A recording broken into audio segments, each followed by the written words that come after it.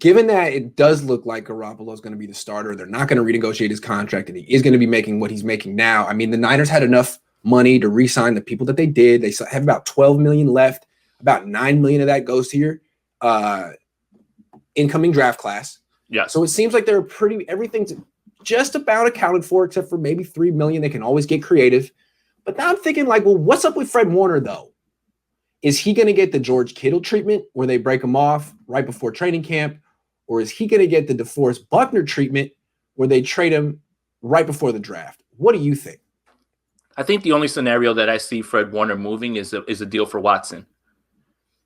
I could be wrong because the DeForest Buckner thing came out of nowhere. And when you really think about it, you got pick 12 for DeForest Buckner. That's, I understand, the hesitance and, hey, look, look at the defense now and things like that. It's kind of good business, honestly, when you get number 12 for a player who's been in the league 4 years. So you get 4 successful years from Buckner, and then you get pick 12 and you replenish, and they kind of double down and got someone like him in Javon Kinlaw. The problem is that Buckner's much better than Kinlaw. Yes, and 100%. That's why he was able to finish. And if you 12. trade Warner for like a similar move, you trade him for a first-round pick and draft, I don't know, Michael Parsons or something, Warner's better than Michael Parsons. Well, Warner is the best middle linebacker or the number 2 dude in the league. Trading him is tough. Yeah. But I think they might. They had no problem trading Buckner. They did. But I only see this happening because it would be for Watson, if anything. You have to remember, DeMeco Ryans took over. Yeah. DeMeco Ryans is taking over as defensive coordinator. Former linebacker. I doubt that he took this job thinking my quarterback is going to be out of here. Fred Warner is going to be out of here. So I that's another thing that I point to why I don't think it would happen. I would only envision it in some hypothetical crazy trade for Deshaun Watson that doesn't seem likely at this point. Right, because that's the only way that you should trade Warner. Warner is not the kind of guy you trade. He's the best or the second best at his position. He's durable. He's a leader. He's young. He's everything you want. Then again, but I just keep coming back to, well, so was Buckner. So was Buckner checked all those boxes, and you traded him.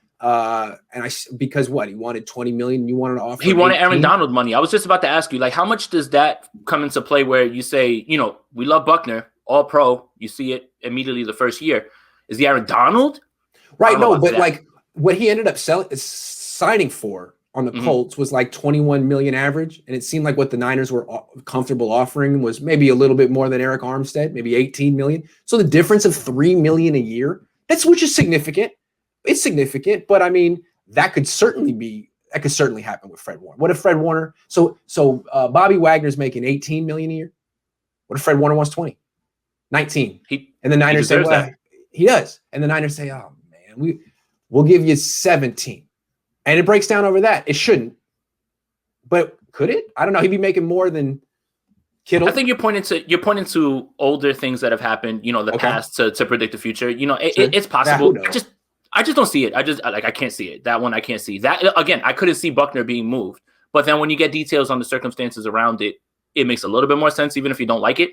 But so we keep coming back to, okay, they probably won't trade him, but do they have the cap space to extend him? I guess they figured these things out. Well, yes, they do. Again, what I'm learning every day. Yes, they do. Is math is hard. Accountants don't even know accounting, and somehow it's getting done. So there will be an increase. I think there was something that just came across when we were first starting about the details of the new TV deal, and it's big money for the NFL.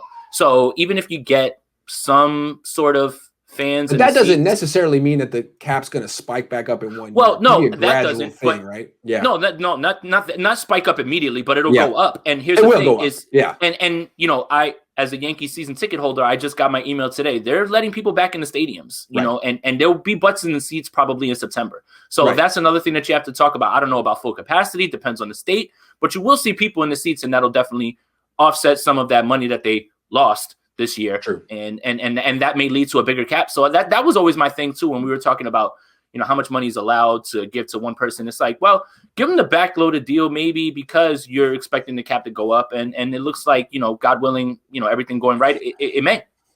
Yeah, if they do trade Fred Warner for a pick, not for Watson, if they trade him for a pick and say, we just didn't have the money, I'll be like, well, wait a second. You spent the money. You had the space. You didn't keep it. This is Buckner 2.0. I'm just monitoring them because I don't trust them. Alex Bustani says, could Warner be traded for a first, Garoppolo for a second, and then trade 2 firsts, 2 seconds for Watson? Maybe. How do Maybe. you have to have that all in one deal? Yeah. Because if you move Warner for Garoppolo and then you think, Warner and Garoppolo to the Patriots, and then you say, okay, here it is, Texans. Oh, we don't want it. Well, Joe Flacco's just started, baby.